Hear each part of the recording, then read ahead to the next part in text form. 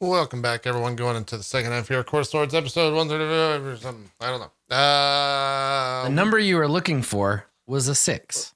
136. I was covered 4 and the 5 number. because I was pretty sure, but I didn't say X, so I didn't really get that one. Yeah, you're good.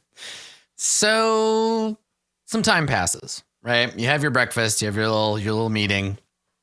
Berg, you rejoin your friends.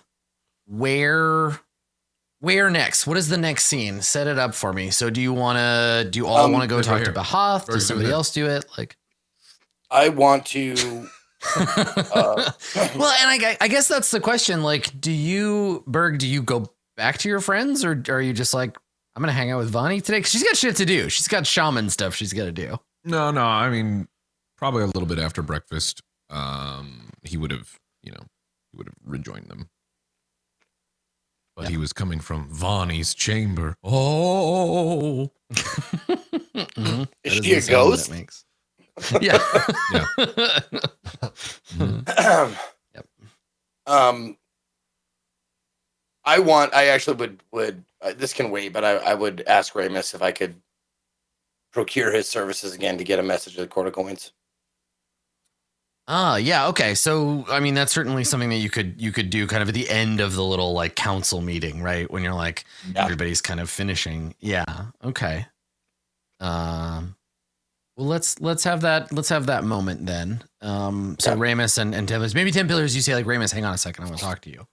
Yeah, I think I just leave and I don't know. I'm going back to my room to whatever. Yeah. Brood. Yeah, brood. Exactly. Ramus, I was wondering if I could procure your services again to get a message to my to the Court of Coins. I need to tell them what's going on and ask them what they want me to do next. This could be a very profitable business. Getting messages to people. True. Scalability is the question. Like, how do you, one at a time, it's not going to do it. If you would like to call the Court of Coins, please hang up and insert $1 per minute. So do you know what so Ramus, you're gonna send the message for 10 Pillars? Sure. Yeah, I'll do that. And 10 Pillars, do you know what the message is to be? I do. Okay. And well, I have to tell Ramus because he's the one who relays it. So yep. Mm-hmm. Yep. The message is Bahath has returned, inhabited void tiefling body to lead embers of Imix, recruiting followers, grave dirt gathering army, my party healthy and still together, awaiting orders.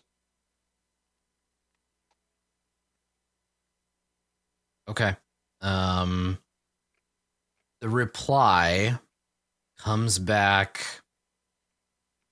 Primordial cultists irrelevant. Focus on Mara incursion. Can the Court of Swords be saved? Question mark. Now, can I answer right back? Because or does it only go one way? I think it's the one exchange. It's not multiple back and forths. Okay.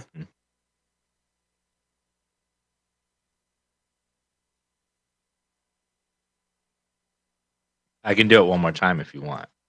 I'm willing to give you 2 casts. Any more, I'm gonna start getting grumpy. Okay. It said focus on the focus on Mara. Mara incursion.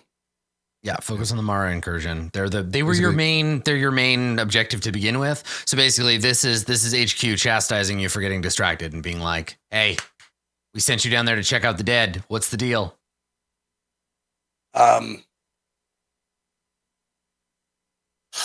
Fuck, man. I mean, they didn't even give me any orders. Ask me a stupid question.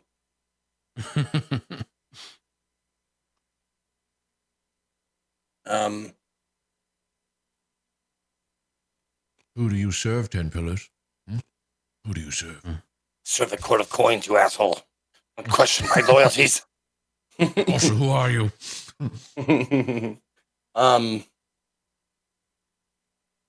I love how they were just like, Bahoth? You mean that old piece of shit? Fuck him.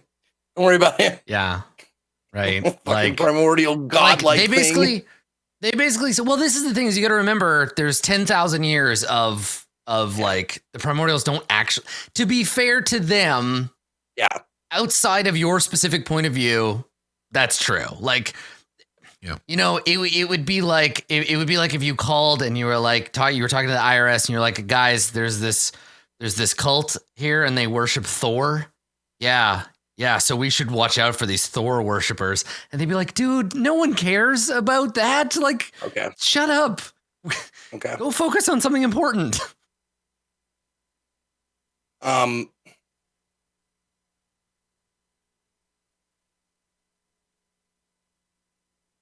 You told them the Reapers are coming. They don't care. Yeah. Yeah, they don't care. That's right.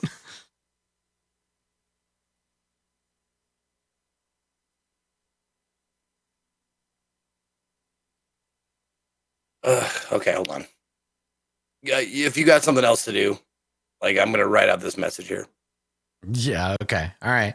So, what I guess like Mahari went back to his room to brood and Berg, like, you're gonna go, what do you want to do, Berg? Let's see what Berg's up to, because we haven't seen you in a while. I think Vani, at some point, Vani's like, you have to go. Like, I have to actually do things today. I have shaman stuff to do.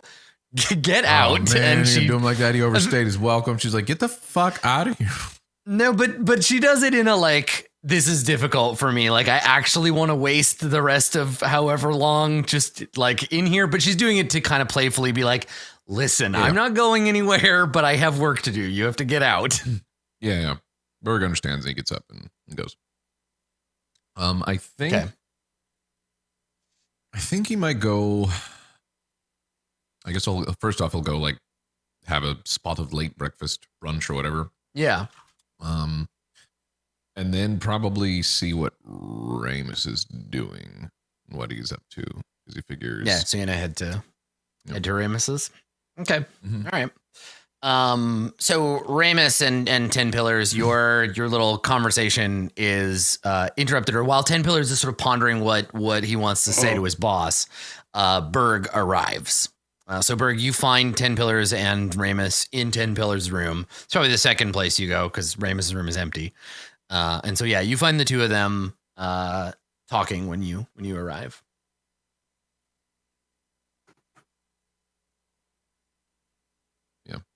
Berg, what are you in a door or something? Or are you in a place where I would be? Is the door closed? Is this a door closed? Or are you guys out talking in public? Oh, we're in my room, I think- probably door closed. Yeah. Okay. Yeah, Berg then just like rap taps on the thing. You know it's Berg. Yeah. Based on the way Use the secret Berg knock. You punch the door as hard as you can. I hope it's a surprisingly light knock, like tap to tap tap tap tap tap. Yeah. You'd think it'd be boom, boom, boom. It's actually Yeah. No, I open the door and let you in. I don't say anything to you because I'm fucking frustrated. Maybe Berg notices that too. Just like, and then looks at Ramus and is everything okay? Yeah, we're fine, Bert. Just, plotting how to change the world drastically, but it's just a Monday. He seems upset. He gets grumpy when when he's limited in words.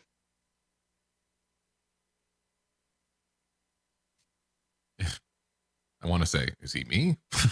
But Talk about dead pillars. He's trying to squeeze this into 25 words. What are we doing?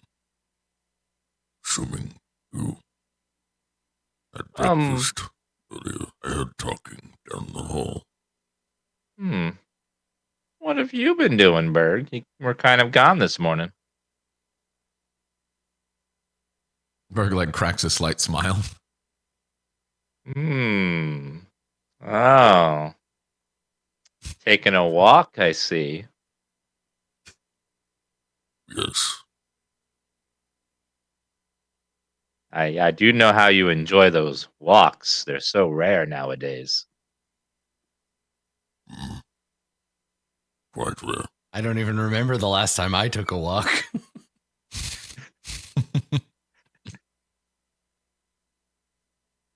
So, what now?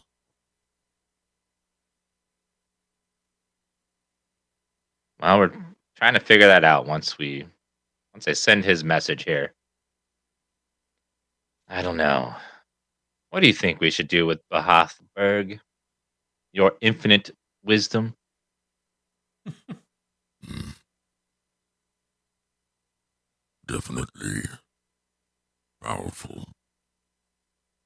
You have helped in right direction with maybe guiding that power, or at least stopping it from going against us.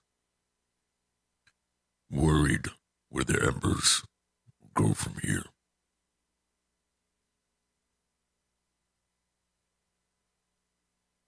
I know, Berg. If they follow her advice or plan, they'll probably all die. But we don't want that. We want everyone here to be perfectly safe and unharmed. Don't worry.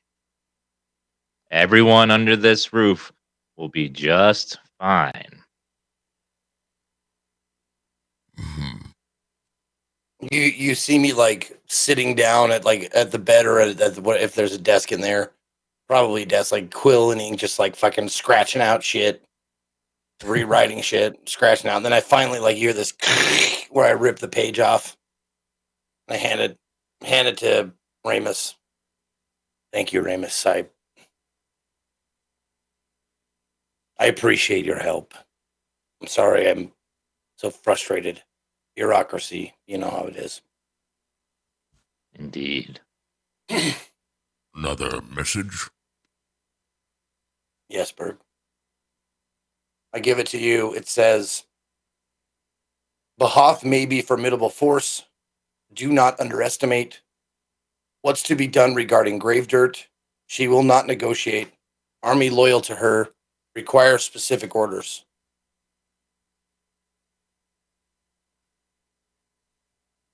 Okay. All right. Fuck. I hate your smile. The I hate it so much.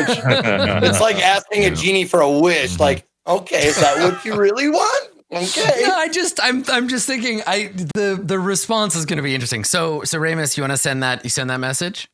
Yep. Yes. Oh, did I Okay. miss a burn?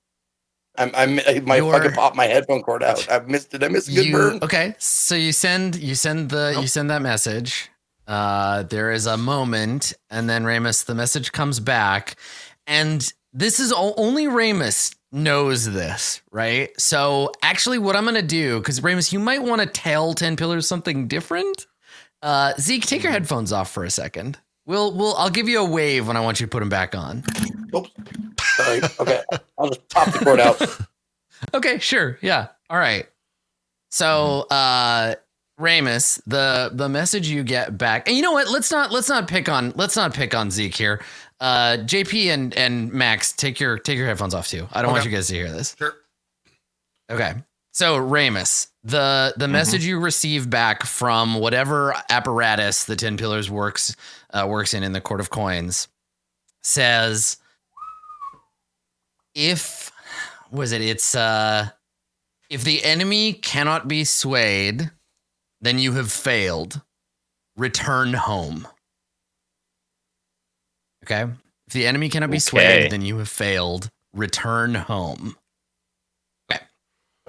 Everybody put your headphones back on. We're good. All right, we're good. All right. So, Ramus, what do you tell 10 pillars?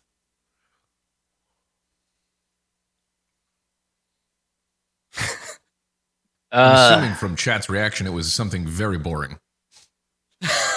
Yeah. Super boring. They said, keep eye on Bahath. We will consider its use. Keep us informed on Ember's progress.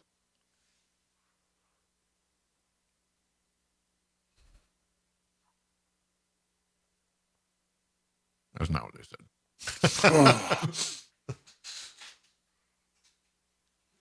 But that's okay. That was a quick turnaround. Maybe they ran it up the chain and found out that I wasn't a liar or someone to exaggerate. Is insight an innate thing? Or is it something that I have to be like, I think they might be lying?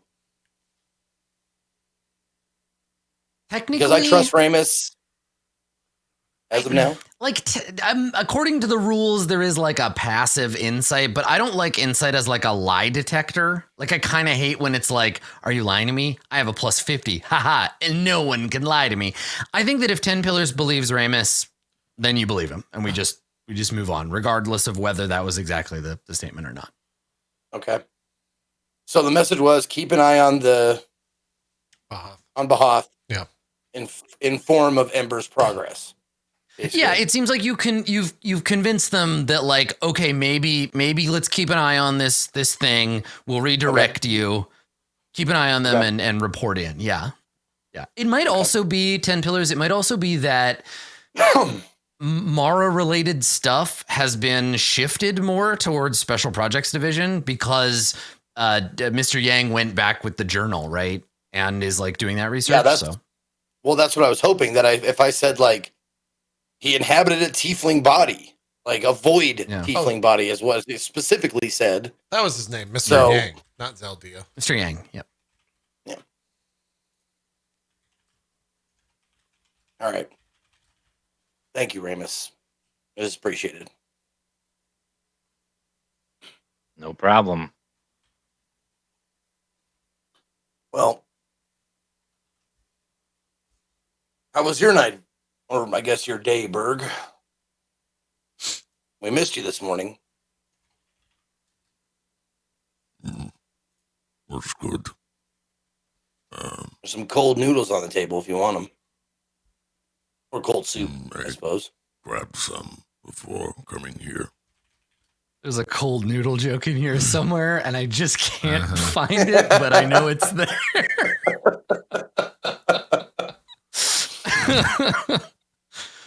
Yep.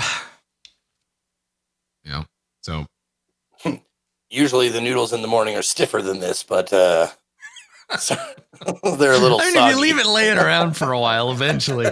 So yeah, I mean, the question then becomes like, you kind of like there's so few people here now, and everybody's kind of pursuing their own stuff. You have kind of free run of the joint. I know you were talking about going to talk to Bahath.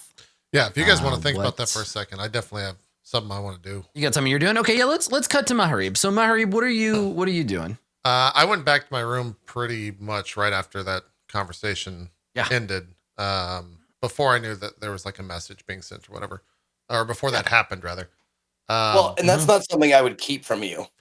Yeah, but it's not necessarily. It's not something I would care about. You just weren't in the room. Yeah, I just wasn't there. Exactly. Yeah. Cool. Okay. Yeah. So I go back to the room, and do these rooms have locks on them? No, they're big. Some of the rooms have big counterweighted stone, like doors that slide in and out, and they click to hold them in place. Okay. But there's no locks on any of the like guest rooms, which is where you're at. Yeah. Okay. Is it an open door, or is it just a door that closes? No, there'd be like a sliding. It's essentially a sliding door, but it's made out of stone, and it's nested in the wall most of the time, and then you can slide it shut. Okay. If there's something, if there's people. something I can like wedge, in the sliding path or something. Oh yeah, sure.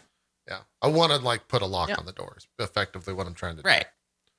Yeah. If you wedge something into the edge of the seam of the door, it won't be able to slide back in. It'll get caught. So yeah, you can definitely do that. Okay. Yeah. So I do that. And I want to take the axe and put the axe on a table and sit down at the table and just is there like a specific place where I feel like I've communed better with the weapon, or is like if I touch the hilt or if I fucking put blood on it or some shit? Like, I don't think you know. Yeah, you're still kind of exploring this, so yeah, hard to say. Okay, then I'll put the axe on the table, and I think I put my hand on the blade. And what would I'm trying to think how I would phrase this. I think I'd just say, you and I need to have a talk. And I think I'd just close my eyes and see what happens. Yeah. Okay. Make a religion check. Okay. Would I have inspiration for any reason? I don't have it marked. I hate inspiration so goddamn much. It's also unfair to me. Like, would I have inspiration, Adam? Well, if I don't have it, I don't it's not have even it. that. It's just like I don't give it out because I'm usually so busy appreciating everybody playing their characters, so I just forget that it exists. Should we 130 episodes in just state that everyone gets inspiration at the start of every episode? It's hard because I feel like that's just so boring and like you can't earn it anymore. Like you just get one.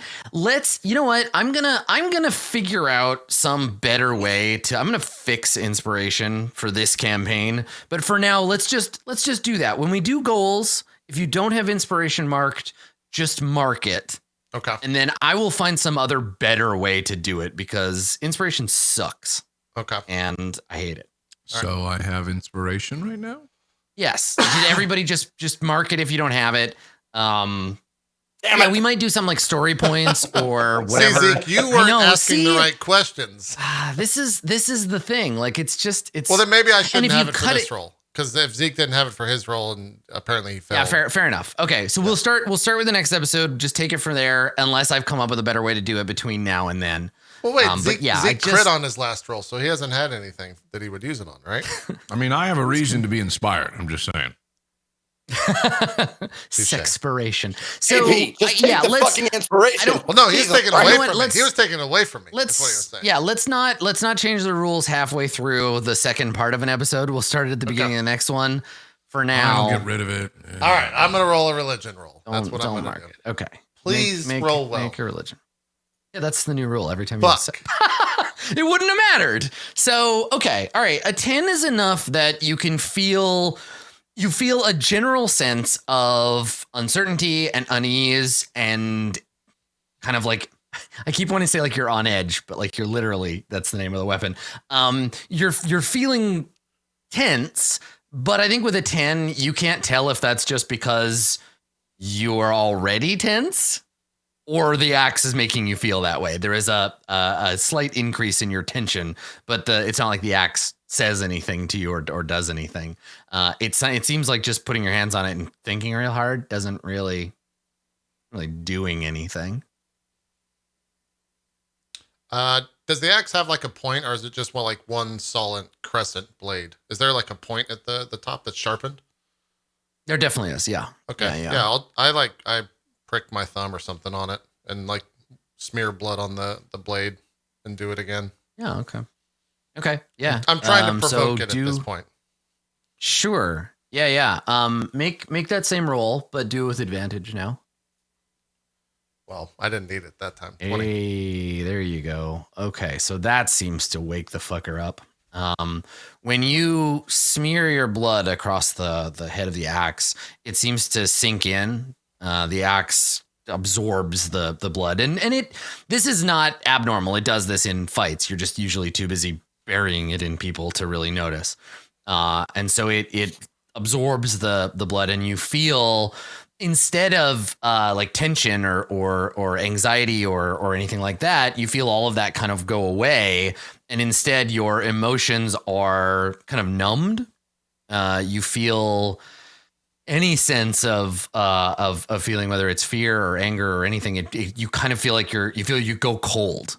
This sort of chill kind of passes over you, and you feel the presence of the axe as if it's listening. You've opened a channel, but it's not communicating anything to it, but it hears you. It can feel your intent to communicate. Okay. What do you do? So I would assume I could interpret that as saying like, yeah, what do you want, motherfucker? Pretty much, yeah. Yeah, it's like I accept your sacrifice of blood. Remember, the axe isn't like it's not a living like weapon, it's a conduit. Yeah. It's exactly. It's a lot more. If you want to like a fantasy analogy, it's a lot more like the One Ring than it is like Elric's sword. Yeah. Whatever it was, Stormbringer, because it doesn't have a will of its own, but it represents the will of a greater entity, right? And so it can kind of act as a channel to that entity's intent, but it can't talk to you because it's not a thing in that way. Okay. I think understanding that is Maharib, then this would be phrased differently. I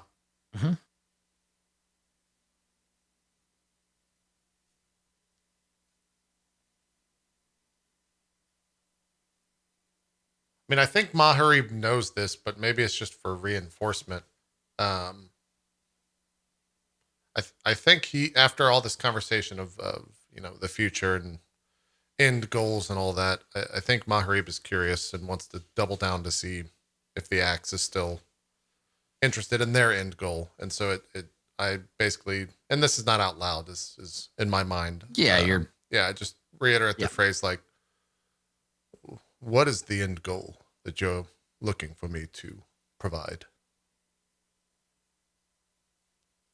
You feel at once a sense of distant, almost like the closest I can really describe is like sociopathy, like this sense of like other people's lives and feelings and their story. None of that shit matters. Like you feel this deep-seated lack of empathy, that everyone is at best an obstacle for you to cut through. You understand that the axe sees all living things as minor inconveniences. And it, through that kind of emotional sense, it impels you that the only person that it does not feel that way about is Ramus. That Ramus is somehow significant and meant to be protected, prevented from harm, allowed to pursue whatever Ramus's destiny is.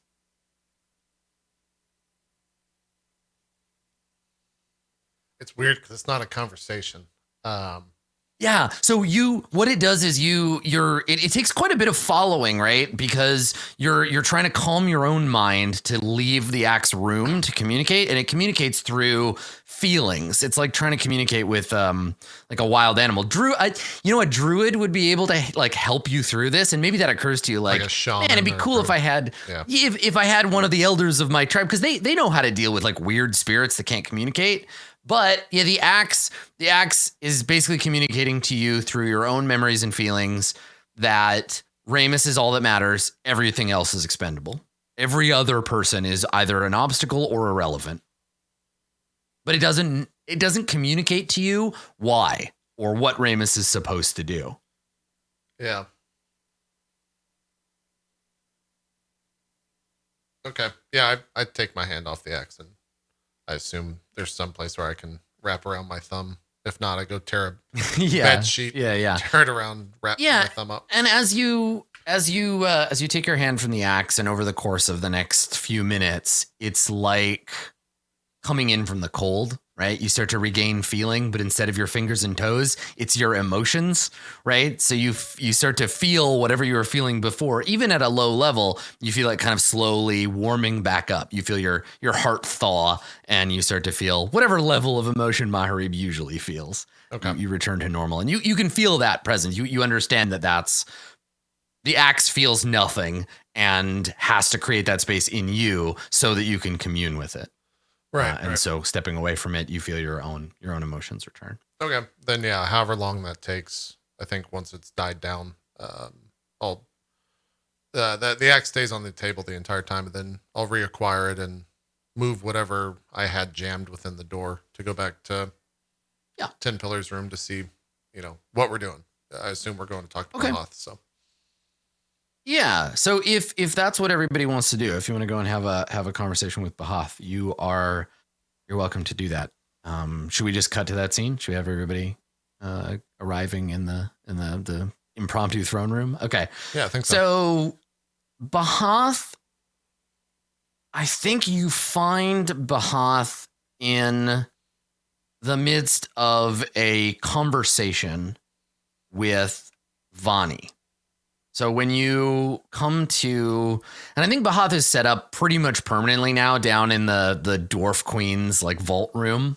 So we return to that place again, and Bahath is sitting in the Dwarf Queen's throne, right? One hand on her chin, looking at Vani, and Vani is explaining something to her when you walk into the room.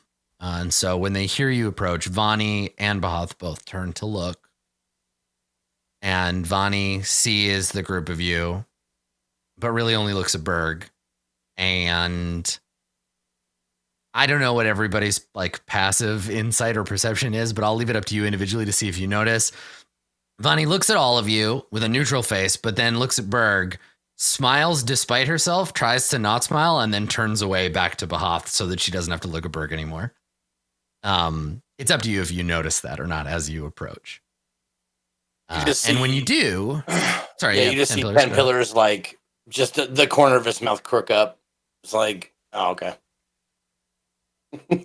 Right. Okay. So as you approach the throne, Bahath's new throne, Vani turns again and she says, and you notice again, she's wearing, Berg, obviously she's changed since last time you saw her. She's wearing ceremonial like shaman's like robes. So she's wearing her shaman outfit, which of course for her is like bare feet. The robe itself, one arm is armored in, I think probably bronze or brass. So she's got like an armor kind of gauntlet on one arm, and she has a circlet on. It's a gold with a ruby in the center of it. So she's got that on, and then she has her hair, her big long like braids all kind of piled up on the back of her head to keep it out of the way. And so when you approach, she nods and she says to the group of you,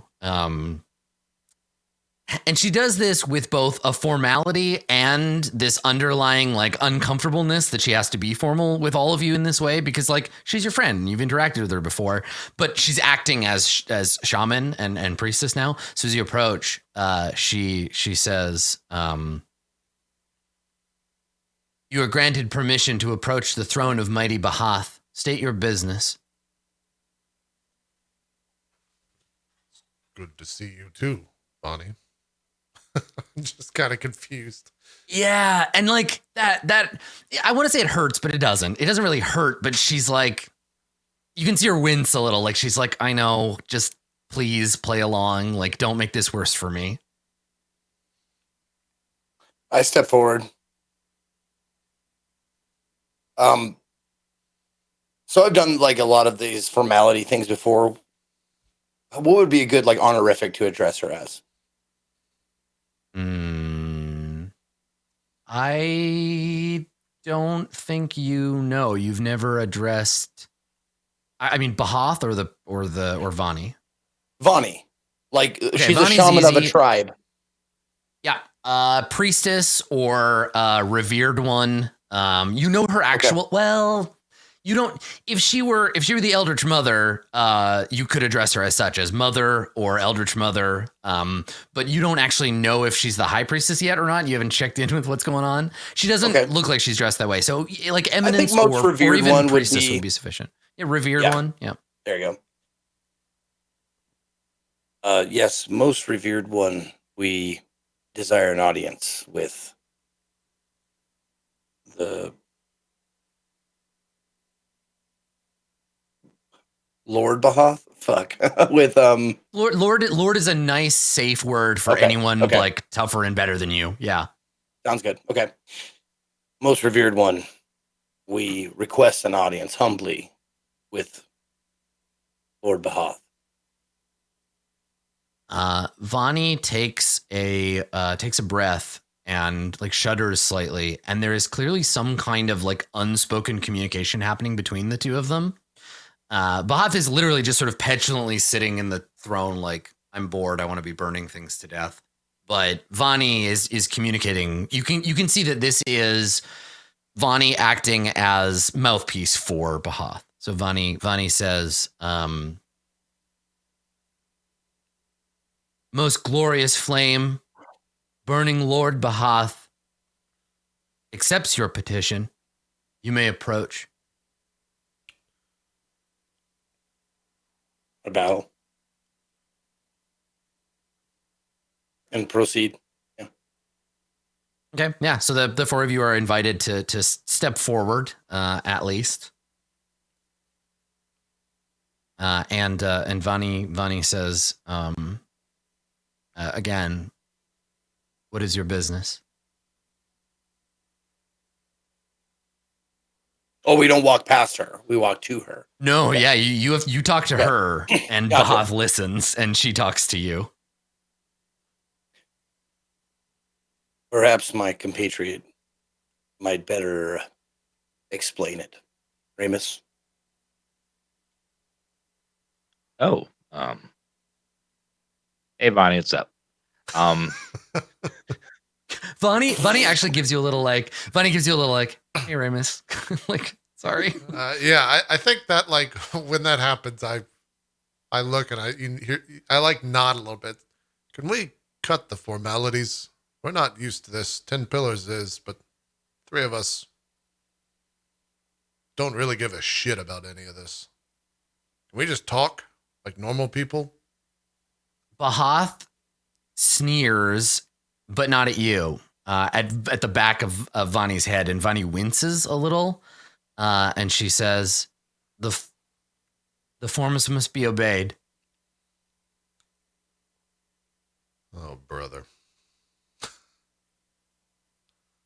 And again, Vani is only really able to communicate to you, not with her words, but with her facial expression, because remember, Bahath is behind her. Yeah. So she kind of, again, apologetically looks at you, Maharib, like, I'm sorry, but...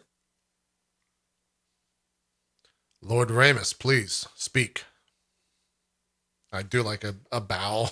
I say that. Right. And this is all just such fucking pageantry, Maharib. Like, yeah. No, he knows it. That's why yeah.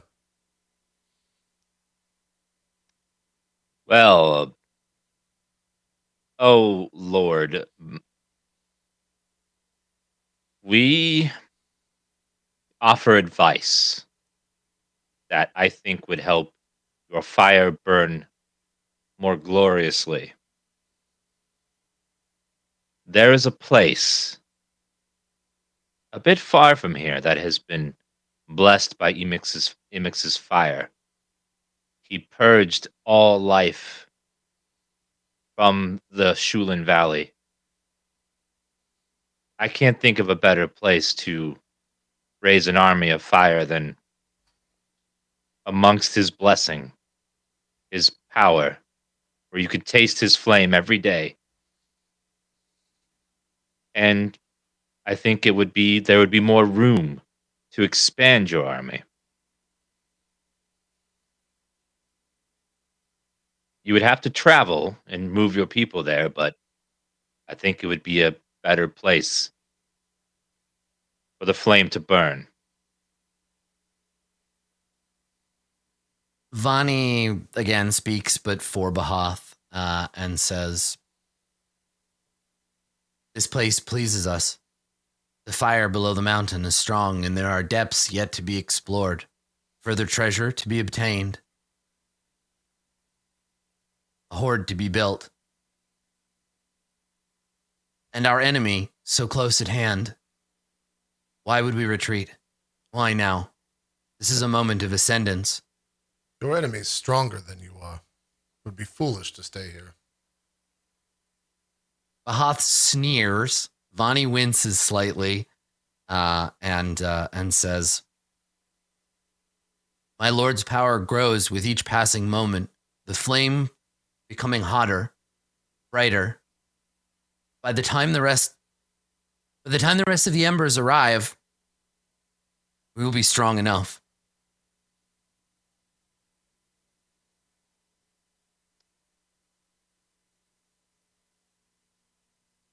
Have you ever built a fire in the rain? I thought you were going to say, how do you grow food? How do you grow food? How does rain work? Yeah. You know what feeds a fire? You know about rain, Careful don't with you? your passwords. It's really hard. Water keeps putting out the sparks. It never gets a chance to really get going.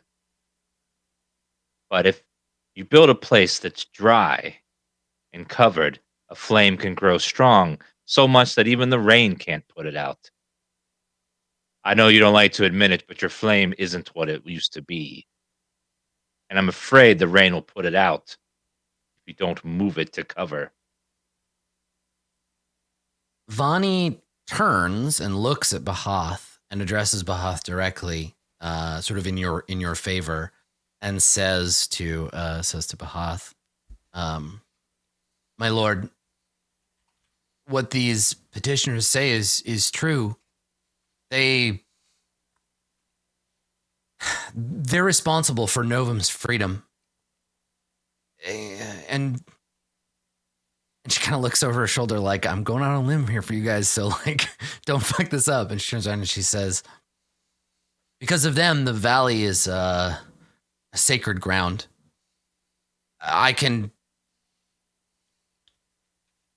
vouch for their words." And Bahath shifts slightly in the throne and kind of looks suspiciously at you, and then speaks. And this is the first time, and they say, "I don't know. It smells like surrender to me. Why give this beautiful place up to the dead? They're sure to find it."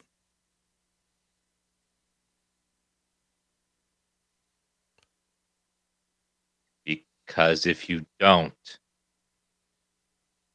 everyone here will be part of the dead. "You have so little faith in me, Ramus. Surprising for a priest. Perhaps what you need is a change in your religion. Perhaps you should begin to pray to me instead. It might help clear your mind. You've proven yourself. I would be glad to have you as a worshiper." Berg rolls his eyes. And I think Bahath stands and kind of does this like weird thing where, and you've maybe noticed this a few times, where Bahath kind of forgets what their body like looks like, and they look at you and kind of just like looks at the body and says, "Perhaps you could even be my concubine. I haven't had any of those in some time. You want this body, don't you?" Bahath grins at you.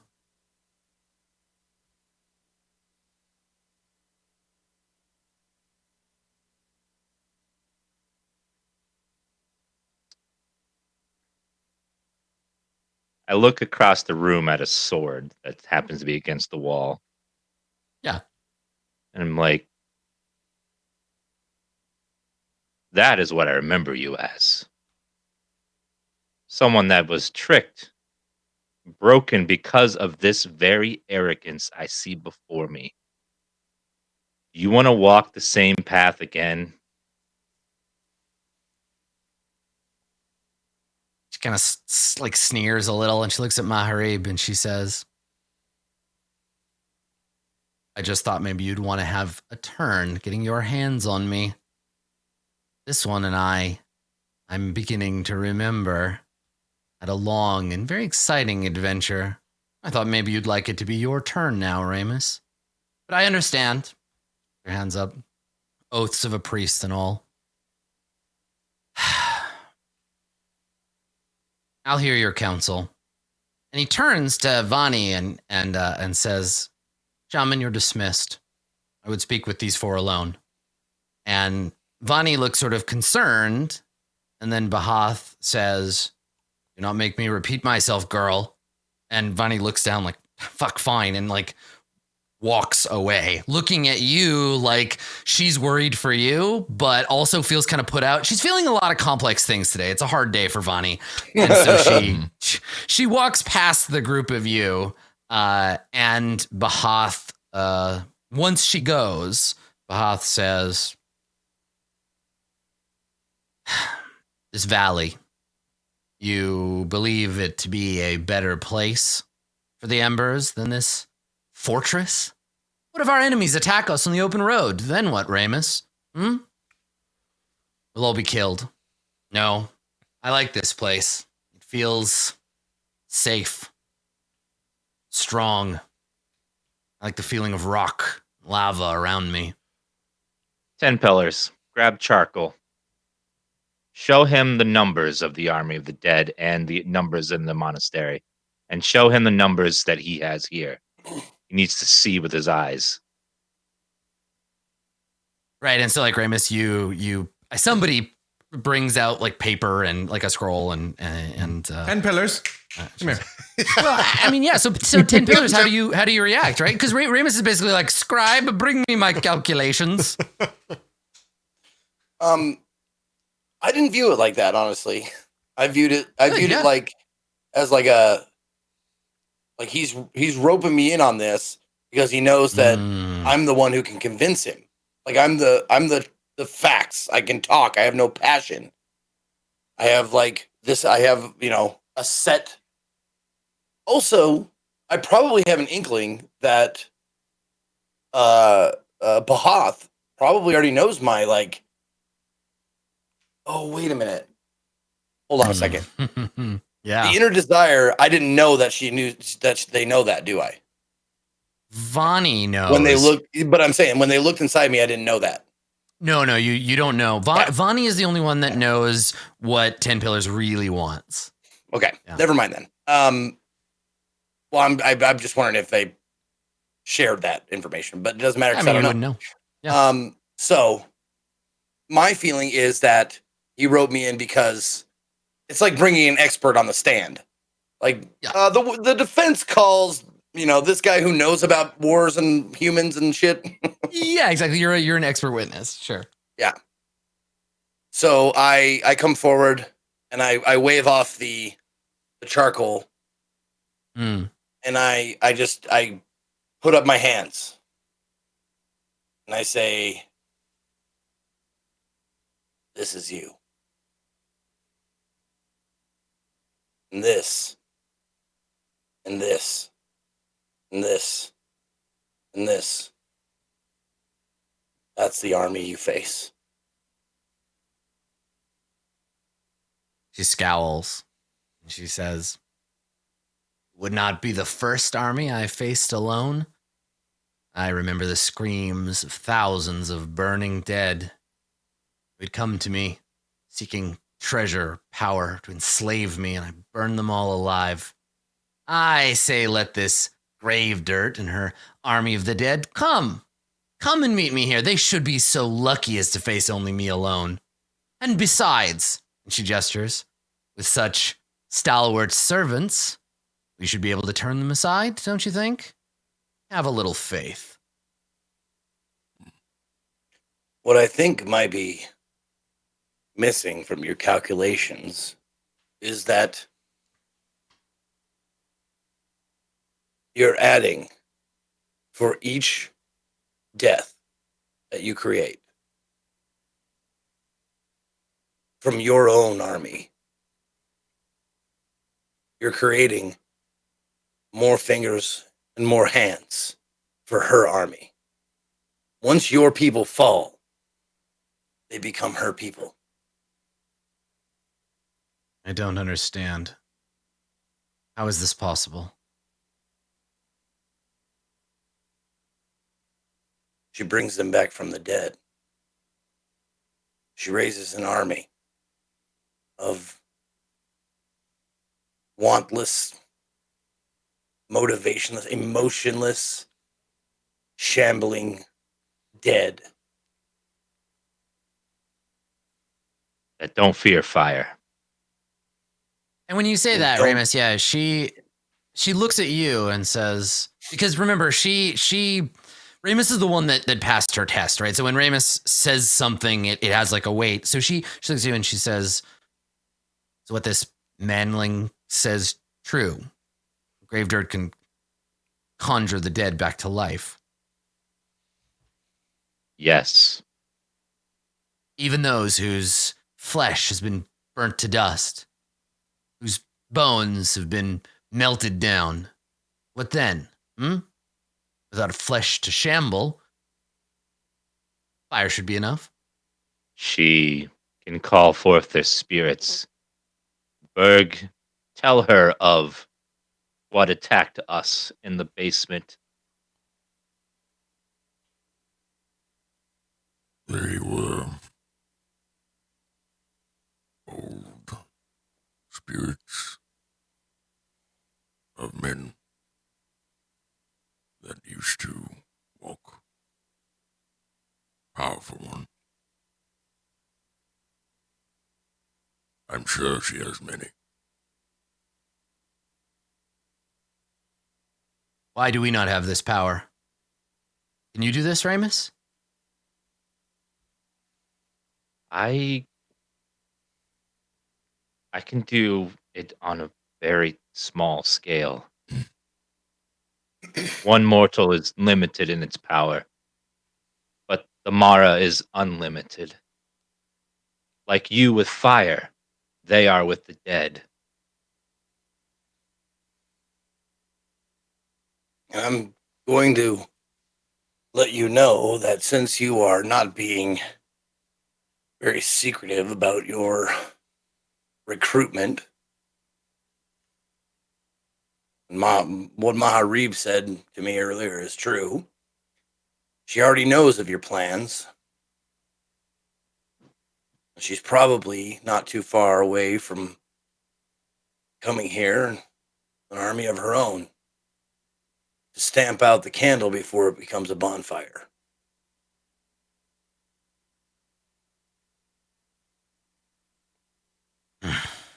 So moving might be Right. your best option. Ramus was suggesting. I have no reason to believe we are in any danger.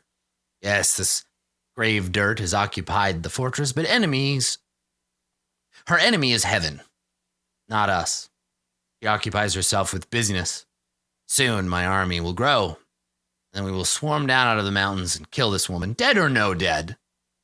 You can tell 10 Pillars, this is bravado. The idea...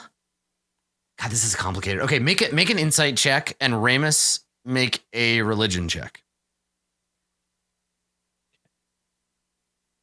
25.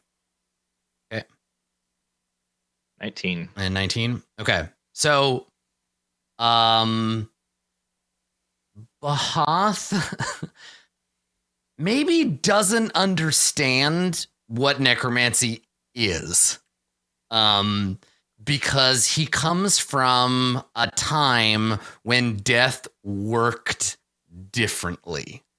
Right? And you only know this, like, what's happening here between the two of you? You're kind of figuring this out from different angles. 10 Pillars, you can tell that she's nervous. She doesn't really understand what's going on and is trying to cover it by being like, nah, fuck it. I'll just burn them all down. I'm not scared, right? She needs something to like get the seriousness of this danger, right?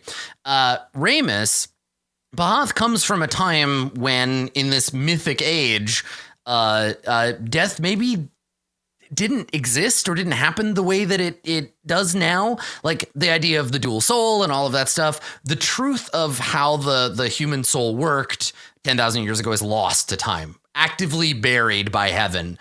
So it might be that Bahath just doesn't get it, that this is serious. Like, you might just be saying like, no, she's like a powerful sorceress. And Bahath is like, I eat fucking sorcerers for breakfast, right? Also keep in mind that Bahath used to be a dragon. And dragons, especially dragons like Bahath, they like living in caves. They like when people come to them and burn them alive. They kill adventurers and knights. Like she just wants to turtle up and just be like, yeah, bring me treasure and servants. And I dare them to come try to take them. But she just doesn't understand the threat. And I think both of you kind of realize that from different angles.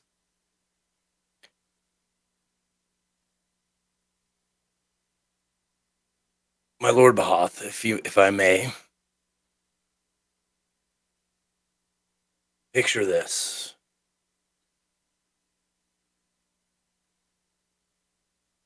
Have you ever seen an ant colony? Huge. They make giant pillars in the dirt. And then I know what ants are. From time to time, some animal much larger than them, a cow or a deer, will fall into their little pit. And while the deer and the cow are much larger than any of the ants, any 1,000 of them, they take it apart piece by piece until it is nothing but a skeleton. And they do it very quickly.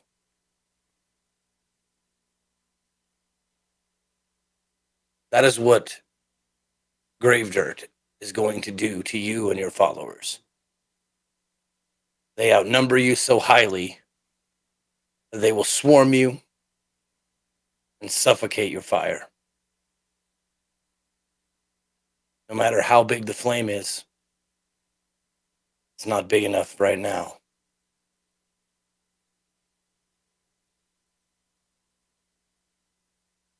Conflagration does take time and fuel to be stoked to its proper temperature. I abhor waiting. But whether we leave this place or not, we must wait until my people return. Then perhaps we will go. That would be most wise. Laud your course of action. Is there a way you can speak with your followers from here? She shakes her head and says, no, they have instructions to return. And when they do, I will have made my decision. Now, and she kind of looks sort of confused, and she says, I feel it's a need. This body, I remember.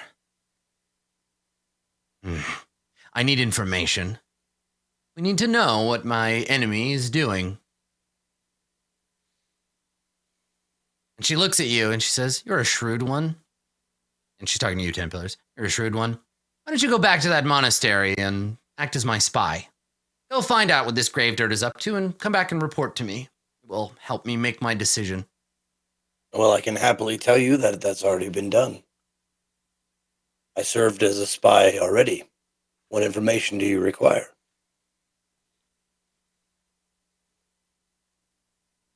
I seek to understand this magic of hers. Is she killing men and then bringing them back? Is she dragging them up from their graves? How long dead can they be?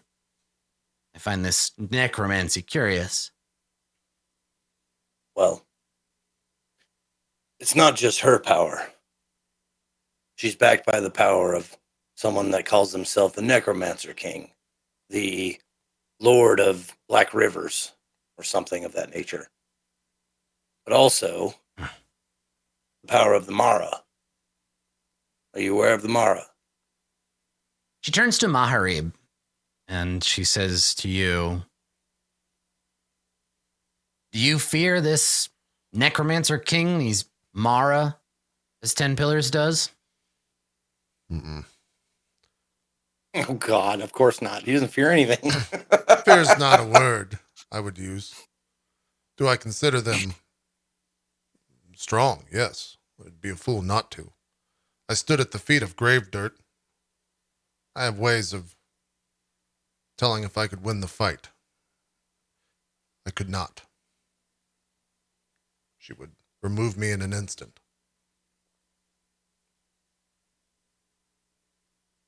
She looks disappointed by that answer. And she turns to Berg and she says, "What of you? My priestess seems to think highly of you.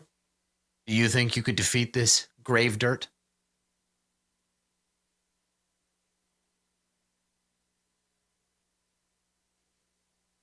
She looking at me? Mm-hmm. Yeah. Okay.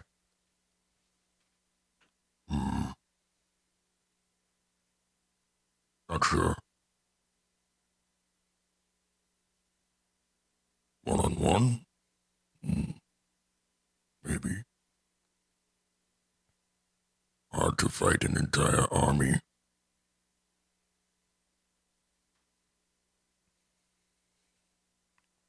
She scratches her chin. She says, "Usually I like to do these things myself, but perhaps you could do this for me. If grave dirt is not the one in charge, then she is an unworthy adversary of mine. Perhaps the four of you should go and kill her for me. Bring me her head." We lack the power right now. Are all my servants so weak? I remember a time when humans were eager to please their betters. They're also disappointed. They're less stupid now. Do you know any other dragons? So Ramus, she's about to say something very mean to Berg before you interrupt, and she turns and says, "As I understand it, my kind have mostly been hunted, killed. Why?"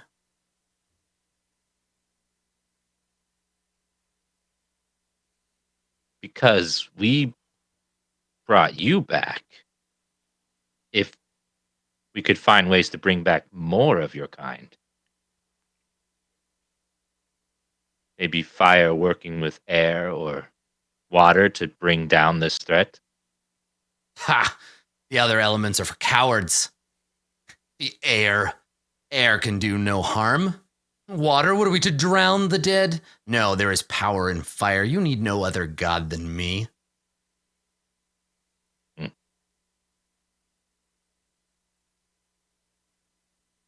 There may be a way. Grave dirt is actually waiting to see you. Well, not you. But she's waiting to see the resold body that you inhabit. We made a deal with her that we would bring you back and tell her the story of how it occurred. And she would not send her minions to kill us. So, if you feel like getting close to her, perhaps that is the way. My only fear is that word of your recruitment has already gotten to her. Speaking of that, Adam, how long ago did she send out these people to recruit? Like a day? 2 days? It's like 2 days, yeah. So it might not have gotten back to her yet. Yeah. So I think Bahath says when you say that, you can see Bahath being like, "Yes, I could burn her to death myself. You could sneak me in." But something catches, and maybe Ramus is the only one that notices this, but she makes a face. There's a little like wrinkle in the forehead of a like, I'm thinking through a problem, and it's definitely not a Bahath face, right? You for a moment recognize, like, you've seen this look on Unnamed's face before, where like she's thinking something over. If I see that, I would love to like just try and give her the like use my persuasion and try and give her like just the last push. Yeah, and I was gonna say we're kind of leading up to a moment. Yeah. Yeah, what you just said, Adam, it was what I was exactly going to say. I was going to say we could sneak you in and you could burn her and make a big show of it, kind of a thing. Mm-hmm. Yeah. Yeah, you can make a persuasion roll here, and I think that at least Ramus is offering help, so you can do with advantage. 25. Not bad. So Bahath says, it's sneaky. And I don't normally like sneaky, but something about this plan appeals to me. I would so like to see the look on this necromancer's face. We burn her servants alive. Or dead. I don't care either way. But I am learning, and we must be prudent. So, intelligence is to be gathered first. You know much of her army and of these dark magics she wields, but I won't be bound up again. And she looks at that same sword that you were looking at. I mistrust wizards and their ilk. So I need to know what's going to work first. Hey, Adam, does science work in this world like it does here? Like, if you take away air from a fire, would it still burn? And so you know it's considered, it would be considered alchemy, but we would call it science, right? Like the understanding of, or geomancy. So there is some scientific understanding of things like physics and like that kind of stuff, but we mostly only know it through other means, right? Through natural philosophy and through magic. But I think the thing you know, and you're all kind of aware of this, is that Bahath doesn't really like facts, right? Bahath is a creature of metaphor. And so if you were like, but you have to work with the dragons of the air because they feed the fire so the fire can live, she would just be like, get out of here with your science. Shut up, you. I don't need that talk. Fire can burn underwater if it's good enough. Like she's not very smart is the thing, I guess. And so has this one-track mind and this very basic understanding of like how she's very stubborn in that way. So while you know that is a thing that would work, she probably wouldn't listen. But if you could convince her that this plan is like good and safe and going to lead to her getting captured again, she might be inclined to go along with it. She does want to blow stuff up.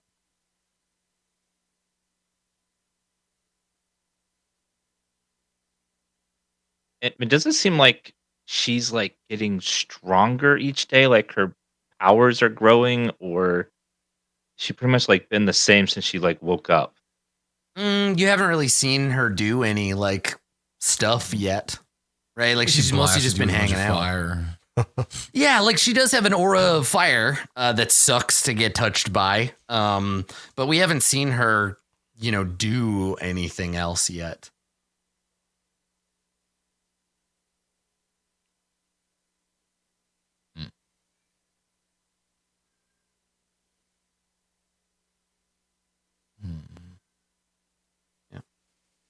Yeah, that's true. She does have the totally cool rod of lordly might. So she's got that going for her.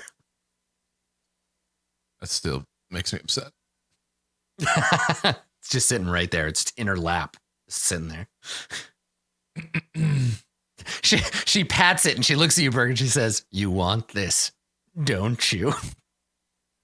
Take it. Take away it. Yeah.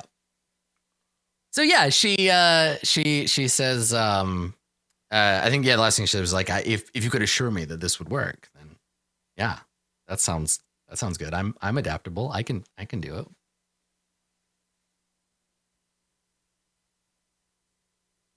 it. I don't know if she's strong enough to take on Gravedirt. I don't know if she's capable of it. Especially in her lair like that, where she's most powerful.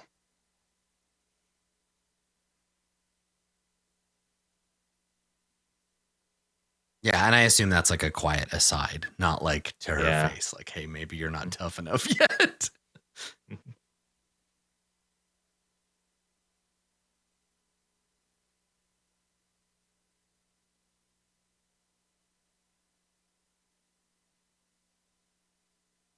Yeah. So she wants to basically where we stand right now is she's said maybe to the Shulin Valley thing. And Vani pushing her like you're pretty sure that eventually you'll be able to, if nothing happens between now and when the people come back, you could probably push her in that direction, right? Like the inner dragon nature wants to stay hidden in the cave underground, but the Bahath as leader of the Embers, you could probably like move her in that direction, especially if Vani becomes the Eldritch Mother, right? That's part of her job. But she would never in a million years admit it, but she's scared of grave dirt. She's scared of necromancy. She doesn't understand it, and she's afraid that if she goes, then maybe she'll get turned into a weird zombie or something. Like she's actually kind of like afraid of that. But she'd never say that, of course. Bahath is not afraid of anything.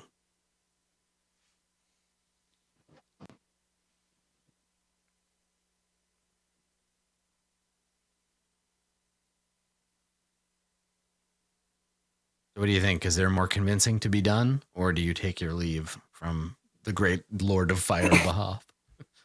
So, just to summarize, as it stands now, Yeah. she's of the mind to help us, but she wants proof that it can be done.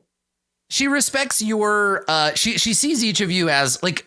She kind of thinks of you as like her servants and her counsel, right? Where she's like, Sure. Yes, Ramus will eventually come around on worshiping me, and that'll be great. And like Maharib is a glorious warrior that serves me because I'm awesome, and Berg is also a cool warrior that serves me because I'm awesome. And like I've never had a spy master before. Maybe 10 Pillars would be good for that. Like she sees you as unopened Christmas presents, right? You belong to her whether you know it or not. So she just assumes that whatever, like after that bit before, you kind of earned in the last episode, you earned that position, but also she's petulant, right? She's difficult because she's so unnuanced. She's just like, no, we must burn everything with fire. And she's slowly, if anything, Ramus, you're seeing that fire be tempered by other things, by experience, by time. And so she's starting to learn that maybe there are other avenues, there are other ways to do this. I think I would tell her. Sorry, go ahead, Dan. I think I would tell her. I know this body is new to you, but there is value there, and there if you can pull from its memories. There are things you could learn if you tap into the shadow just a little. It could temper your fire to be even stronger. There's knowledge there. And she nods, and she says, I am learning these things. It has been an interesting experience. I'm not used to this soft flesh. But I think you are right, Ramus. There is power to be gained here. Good. That body had a lot of power that you could tap into, and if nothing else, secrets. Secrets that you weren't ever supposed to know are buried in there somewhere. Might be useful to Imix. Perhaps I could learn the ways of this necromancer. Yes, I think we ought to keep her alive so that I can torture her until she tells me her secrets. Just think of it. A flame that kills, and another that reignites the dead, burning with my fire. It served me. Yes, that would be a mighty army.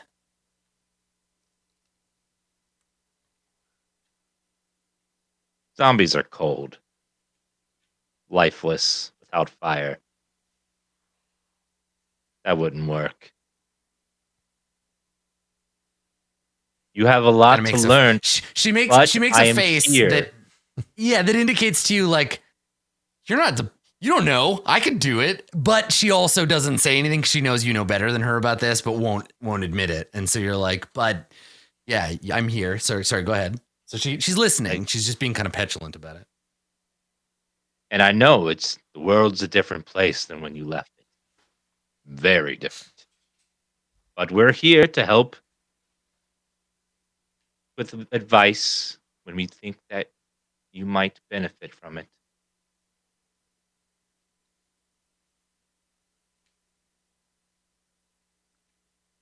She grins and says, I will take your advice to heart, but I make the decisions around here. I want to know more about this grave dirt. She turns to 10 pillars. Her weaknesses. She knows. She's afraid of. How we can kill her so that I can choose when and how to do it. Well, she has a similar weakness to you. But you are learning. It's hubris. She has confidence, perhaps overconfidence, in her powers, and the powers backing her, and the followers she has gained. She could think she's untouchable, unkillable, but she is not. She is mortal, like me or Ramus, Berg, or Maharib. She can be killed by normal means, so to speak. She also has a very curious mind. She wants to know how things work, how things are put together.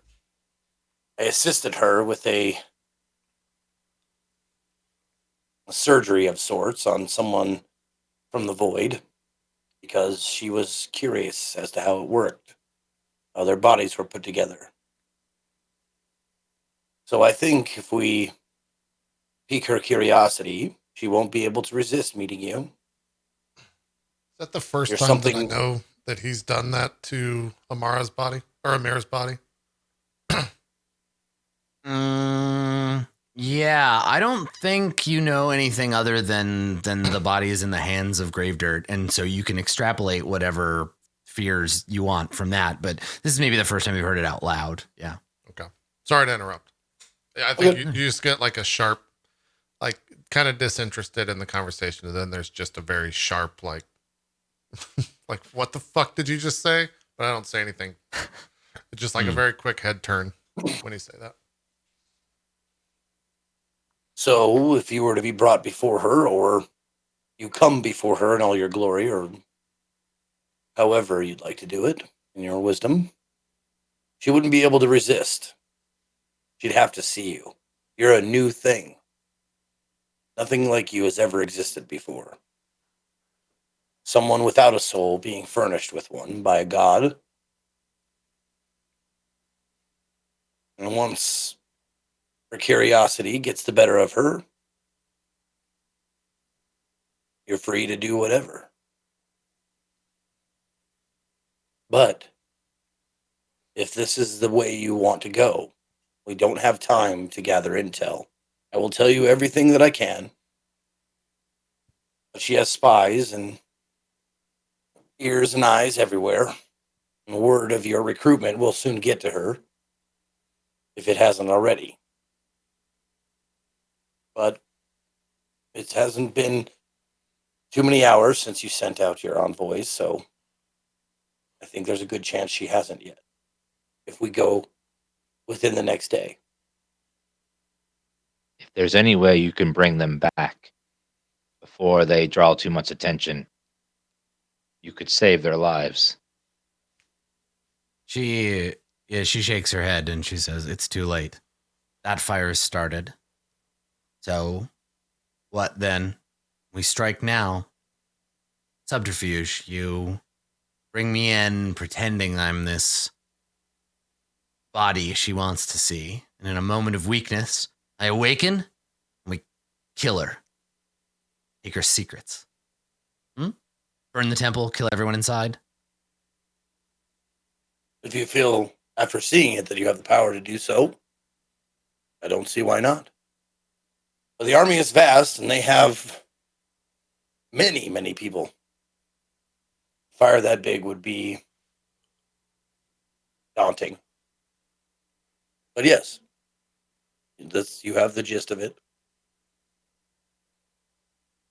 She looks at you, Ramus, and she says, Priest, what do you think we should do?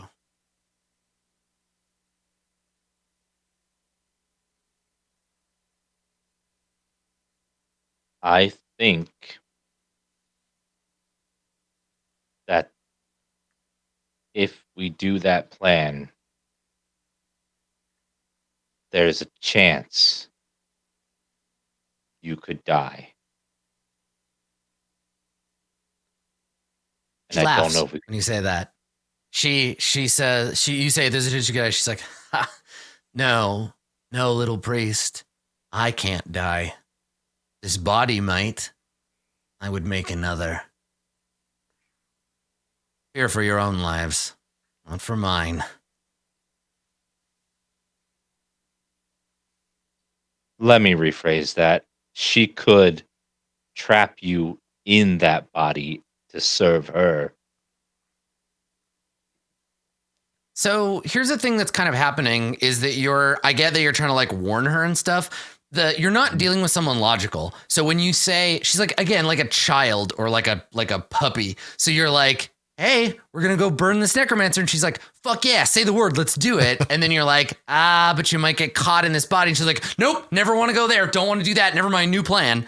So what you realize in this moment, Ramus, would do that, would say that. God damn it. I was like, fucking. Well, dude, so here's the thing. done. And this is what you realize in the moment, Ramus, is that because of what happened before and because of her inexperience, you can, as long as she thinks she's in control, you can aim her wherever you really need to.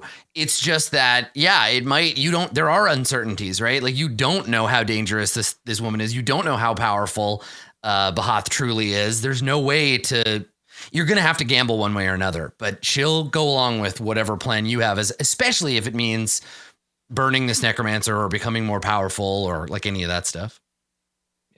I guess I'd pull 10 Pillars and Maharib and Berg aside and be like, what if she doesn't kill her?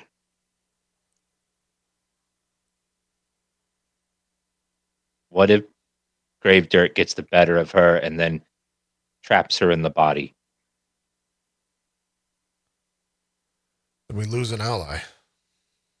And God forbid, give her a weapon. Then we have a very frightening enemy.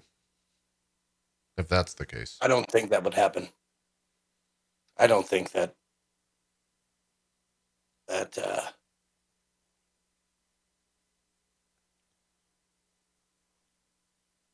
their personalities would clash. They both want the most power. They want everything. And people like that do not share. Even if it's to use one another, it'll end badly for one or the other. If it ends badly for Grave Dirt, then the Necromancer King comes in and who knows what he does. That's not a situation I want to find ourselves in. We have to, our goal is to take pieces off of the board. And Grave Dirt is a very big piece. Right. Which is all the more the reason they need to go to this valley. Build up their power and do it at a later date. It's the only way that this works out, in my eyes. Throwing bodies at Grave Dirt just means bolstering her army. No matter who wins, the dead die. We're throwing one body. That's a body that it's a body of a god.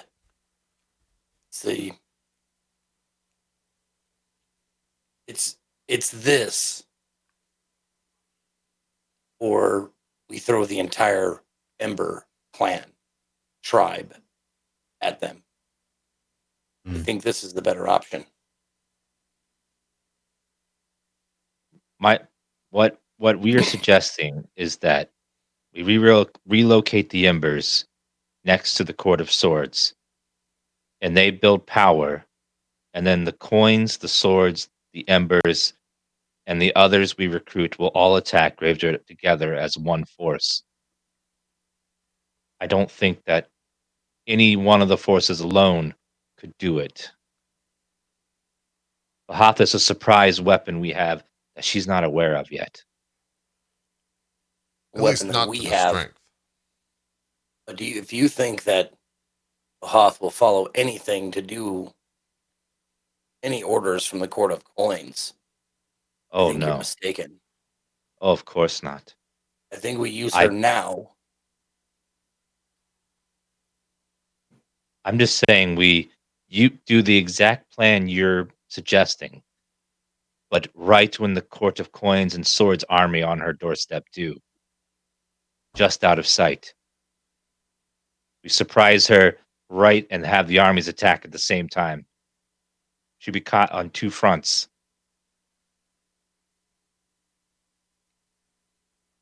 Just in case this plan fails, because we don't know the extent of Baha's power yet. Well, let's play this out. Gravedirt kills Bahath. Who better to lead these people than you and Maharib lead them into the valley? If Bahath kills Gravedirt, that's one piece, one leader off the board, and then an army who is left leaderless. Another ripe opportunity for you to assert yourself as someone for the people, like you've been saying. God creates dinosaurs. God destroys dinosaurs. God creates man.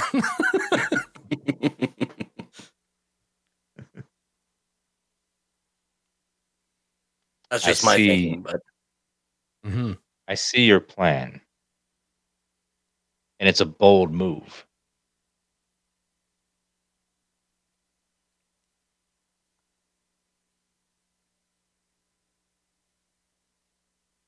she wants to do it. Do we even know if Gravedirt can be harmed by fire? Gravedirt's mortal. Like you, I've been powerful, yes, but so are you, Ramus. There are ways. But I've heard stories of people that just don't die. Like you kill them and they come back again. I could show you a mirror, Ramus Krill. Yeah, guess who else we know doesn't die? Everybody in the room who's very hard to kill, raise your hand. Yeah, no shit. Well,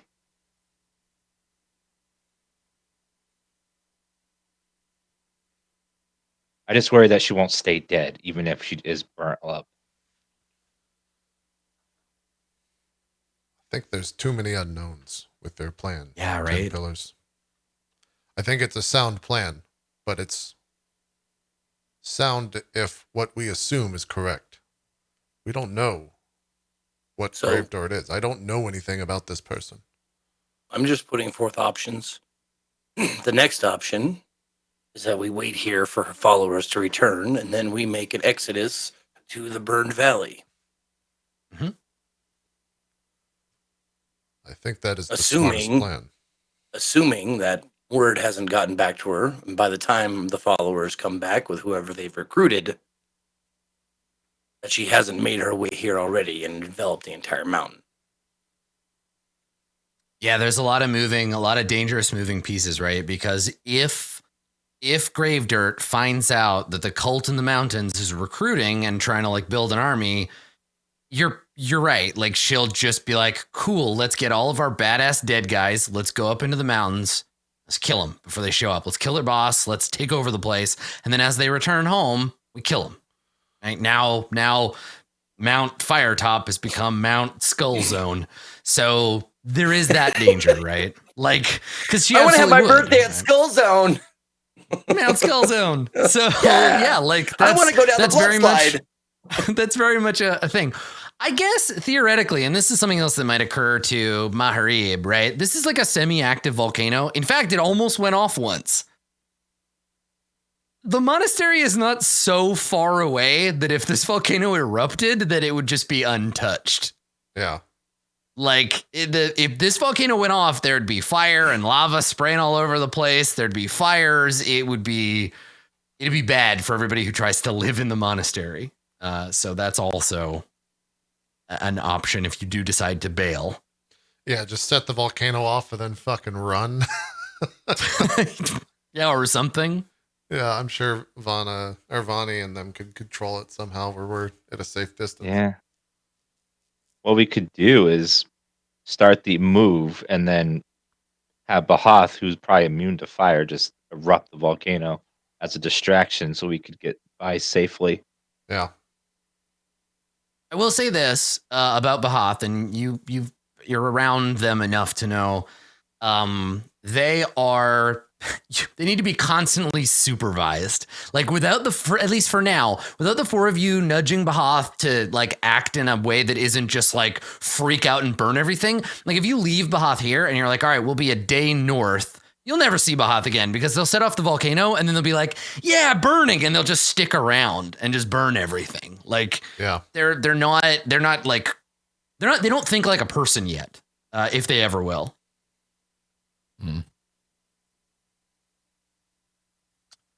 It's all a bunch of waste of fucking time. Fuck it. Let's just burn everything. I'm down. Berg's like, I'm on team burn everything. Let's go.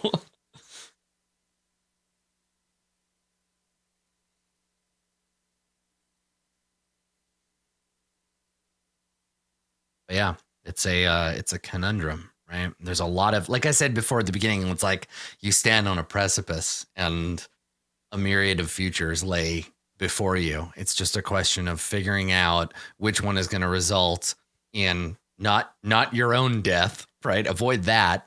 Keep Bahath alive. Keep as many of the people you care about alive. Also kill your enemies, right? But there's the risk that Gravedirt is just more powerful than Bahath and the four of you combined. Like there's a lot of variables. If you were home, 10 Pillars, the Court of Coins has access to like essentially prayer calculators where they have oracles praying for guidance and then comparing all of their responses and seeing what heaven's will is, right? What will lead you to success. But out here, you're on your own. So decisions need to be made, but they need to be made by you. And that's a lot. It's a big burden.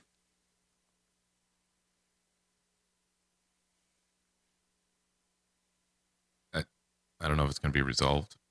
In this. Well, yeah. Do we want to end here and sit on it for a week? Yeah, I mean, maybe this sort of like council meeting is the bit where we take our leave, right? Because yeah, I like Max said, I don't think it'll necessarily just be resolved. We'll talk about it a bunch from a player perspective during the post show, but I think I mean it's a question of deciding what your characters want and what seems to be like the smartest approach. Yeah. All right. Well, let's do some shout outs and do some XP and see what we can come up with next week, or the next episode rather. Zeke, why don't you start us off and do some shout outs? All right. What's up, everybody? Thank you guys for watching every week. My name is Ezekiel III. You can find me at or / Ezekiel_III, just like it says right there, on Twitch, Twitter, and YouTube. If you guys want to check me out, I'll be on Drop Frames tomorrow at 10 a.m. Pacific time. And then after that, I will be finishing up I Have No Mouth and I Must Scream for CD Ramathon. I have one last character to complete. And then we'll also, the characters have been taking around 3 to 4 hours a piece. So we should be able to finish that tomorrow.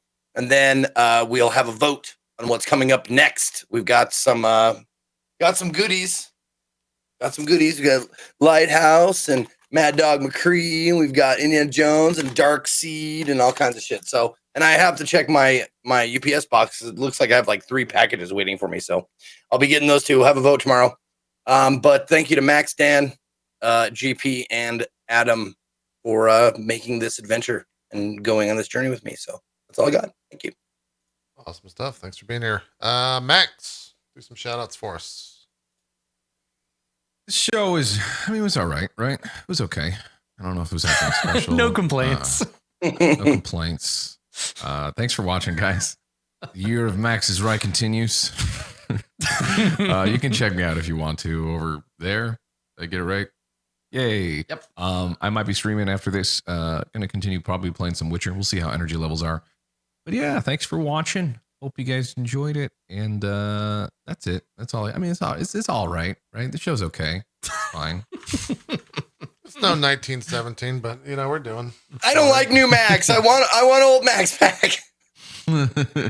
Dan, some shout outs.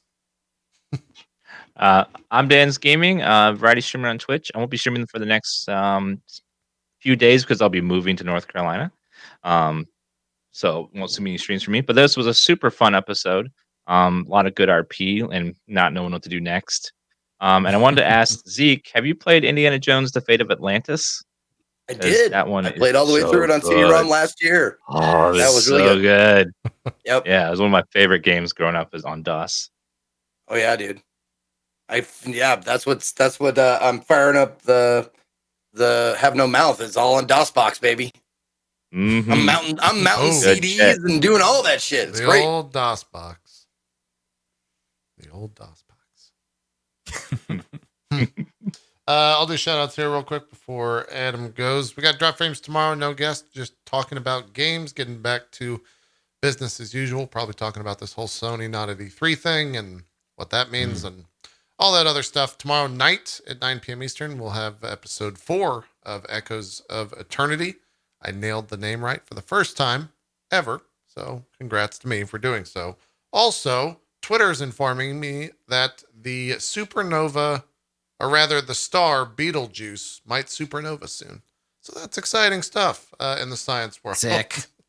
Go check that out if you're at all interested in science. Adam, do some shout outs. And then we'll do XP. Make sure if you do witness that particular celestial event, that you only say the name of that star once, Yes. or maybe twice. Yep. Otherwise, Michael Keaton will show up at your house, and you don't want that. Unless you do. You don't want a Michael Keaton. Yeah. I mean, Unless he you do, might. in He which doesn't case- leave. He eats He your might food. just- It's bad. He might show up just as sleeping Batman on your instead of couch. Beetlejuice. You never know. It'd be worthwhile. He's a little bit older. He gets confused. That's true. Just call him. Yeah. Just call it Beetle Drink. Beetle Orange. Yeah. Beetle. Beetle slice. Now turn around. Look behind you. Yeah. Adam, do some shout outs. Yep. I will. Thank you for coming, everybody. Yeah, these episodes are really interesting because it is this kind of percolation, this building to something big. And anybody who's watched any of the prep or who knows kind of like the secrets of what's going on at the monastery, I think you're probably as excited as I am about seeing where the players decide to clash with them. So thank you for coming and checking that out. I hope you will continue to watch in future episodes.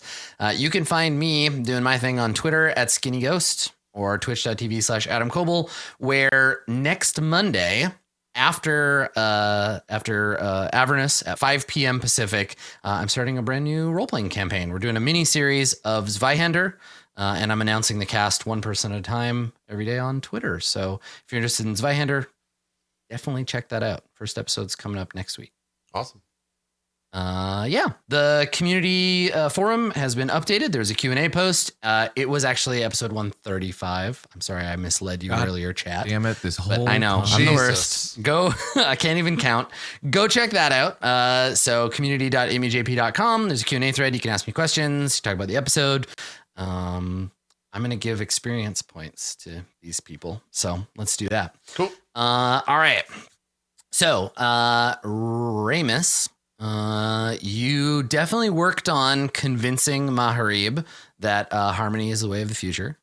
I think you know as well as I do that is a very difficult task because convincing Maharib of anything is very hard, and I see you working on it. So you got XP for that. You have 50 times your level for that one. And then I noted here, Berg, you worked on safeguarding Vani because you You got closer to her. She now trusts you better than she did before, so you can keep an eye on her, make sure she stays safe. So you're working on that one. So same for you, 15 times 50 for that one. I think everybody got one working on. And then Maharib, I saw you working on finding out. I guess maybe this one resolved because your goal was find out the truth about what Ramus said about my past. I mean, like Ramus told you, right? Like he said it was laid true, it out for you. But yeah, there's also the idea of like, is heaven, like I tried to see doubt in what they, anyway, it's kind of post-show talk, but yeah, I guess, yeah, like I like, because you also have work with Bahath to forgive and honor the past. So I feel like this one's been resolved. The middle one, like yeah. you've acknowledged that it's the truth, right? Like it wasn't that difficult because you just had to get Ramus to like talk to you about it. Yeah. So you got that one, but then like working on processing that and like finding out like what does that mean for Maharib to like come to terms with that, right? To find peace. So let's clear that one. So for you, you're level 15? Yes. 15. Okay, so that's 2,800 for you for that one. Okay. And then 10 pillars. You worked on returning to Gravedirt with a newly sold unnamed. So that's good. Yep. You worked on that one. I think you convinced Bahath your paths are aligned for now. Like that worked. You did it. That whole conversation at the end was like, listen, Bahath, you need us. Bahath would never admit it, but I, as the GM, understand things that Bahath doesn't. And so Bahath is like, yes, I can trust these people to guide me. They are my loyal servants. It wouldn't hurt if you threw Bahath a prayer once in a while, but I wonder if Bahath can actually grant spells. Yeah, I think Bahath could if you like went through the training. Yeah, Bahath could have clerics. I think so. So yeah, you got that one. Okay. So that's 20. Oh, you're 14, right? Yeah. Yep. So that's 2,500 for that one. And you worked on your return to Gravedirt. And then your discover and carry out orders from the Court of Coins. You know what your orders are now. So you have them. So you got two. So let me see. This is a good episode for 10 pillars. So you got I'm learning from Dan, goddammit. I'm learning. 2,500 for the first one. 2,500 for the first one, 2,500 for the second one, because they're both relatively easy. And then you worked on but didn't do the other one, which I believe is 650? 700. So whatever that math is, 5,700, right? Yep. Yeah. Perfect. 5,700. Okay, cool. So for next time, unless you know them now, actually, let's go back through. So Dan, do you want to keep the goals that you have now that we know kind of what the next step is? Do you want to shift any of those? I think I want to keep them. They're like long-term goals, when I'm going to hold on to them for now. Okay. Yeah, I like it. All right. So Berg, do you want to, Max, do you want to shift any of yours? We got explore the vision, prevent future possession, safeguard Vani. Do you want to change any of those to a like Gravedirt related goal or Bahath related, any of that? Or do you want to keep what you got? I mean, if it's hard to create a Gravedirt related goal when we don't even specifically know what our play is. Yeah. Yes. Yeah. So I think I'm going to mull that over. I'll keep things in mind depending on what we do, but I think right now it'd be silly to have a specific goal. Yep. Yeah. Okay. And then JP, do you want to keep the two you have and write a new third one, or do you want to change any of the other ones? Yeah, I tweaked all three of them a little bit. Oh, cool. Okay, what are they now? I'm removing Berg from understanding the powers behind the axe because, like, I did that today, but the way that the thing was, it was very specific. Yeah. It's like, let's work with Berg, and this one's just like, I'm gonna work with whatever. I just want to understand the powers behind the axe. The second one will be work with Bahath to understand the past, not necessarily whatever I had. I forgot what I had. It wasn't understand. Right. Okay. Work with Bahath to understand the past. Right. Help you fill in the gaps in your memory with Bahath. Because Bahath is also doing the same thing. That's one of Bahath's goal too. Get powerful. Figure out my shit. Yeah. Okay. And then the final one would be make the Embers of Emix move to the Shulin Valley. Yeah, that's a good plan. Okay. Convince the Embers to move to the Shulin Valley. Okay. I guess I'm gonna have to go dig back into my notes and relearn what the hell's going on in the Shulin Valley, or what's left of it. Okay. Cool. All right. And then 10 pillars. Zeke, do you know what you want your 3 goals to be? one of them is going to be because let's see. Right now, you just have Return to Grave Dirt with unnamed. The newly, yeah. God, I don't know. Like if that might not even happen. I'm gonna keep that one, but I'm gonna add gain a better understanding of Bahoth's actual power. Because like there was that moment where you're like, I don't know how to deal with this person. I don't know if they're powerful or not or what. Okay. Yeah, exactly. All right. So how do you want to phrase that one? Understand Baham's power. Learn the extent of Baham's power. Yeah, there you go. Okay. Learn the extent of Baham's power. That's great. That's a great way to put it. Okay. All right. And then your third one. And then my third one will be, God,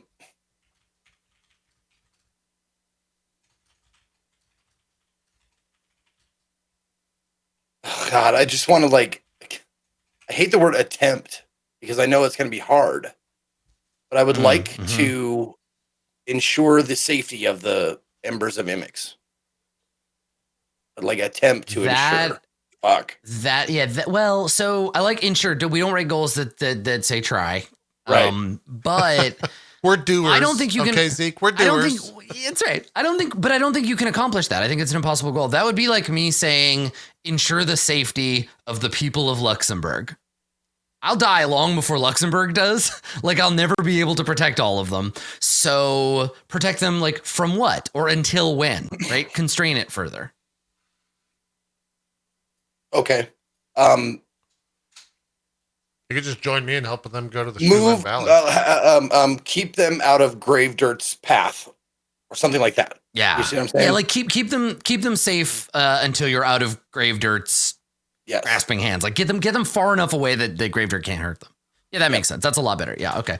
Keep the Embers safe from Grave Dirt, and I'm gonna remember that your intention here is not forever, but for now. Get them out of the danger they're in now that maybe they don't realize they are. Yeah, Awoot would agree with you, right? Because he was the one that was like, we got to be quiet. We got to play it safe. Don't go pick fights with the dead. They will rip the shit out of us. So let's worded it. Let's stay safe Keep here. the Embers safe from Grave Dirt's immediate danger. Yes, that sounds great. Yeah. Get them out of this situation and that'll be cool. Fun, yeah. Okay, cool. All right. That's it. Thanks everyone for watching. Are we all good for next week? I don't know what's happening a week. Should be. Okay, cool. Yes, I should be. If my internet's on. Oh yeah, that's right. Yeah, you are indeed moving. Yeah. Okay. Well, we'll play it by ear. Let us know and we'll get it promoted out there. So that's it for tonight though. We're gonna go record that post show over at patreon.com/rollplay. If you want to watch that, it should be up in about 45 minutes from now. But for now, we're leaving. We're out of here. Have a good one. Max, go play God of War. We'll see you next week. Bye. Bye everybody. Wait, I can't find my mouse. Found it. Transition it, damn it. I'm trying to reach out for them. Wait a minute. Bye. Are we good? Max, are you good? Are we done? Okay, are we Max clear? is good. Bye.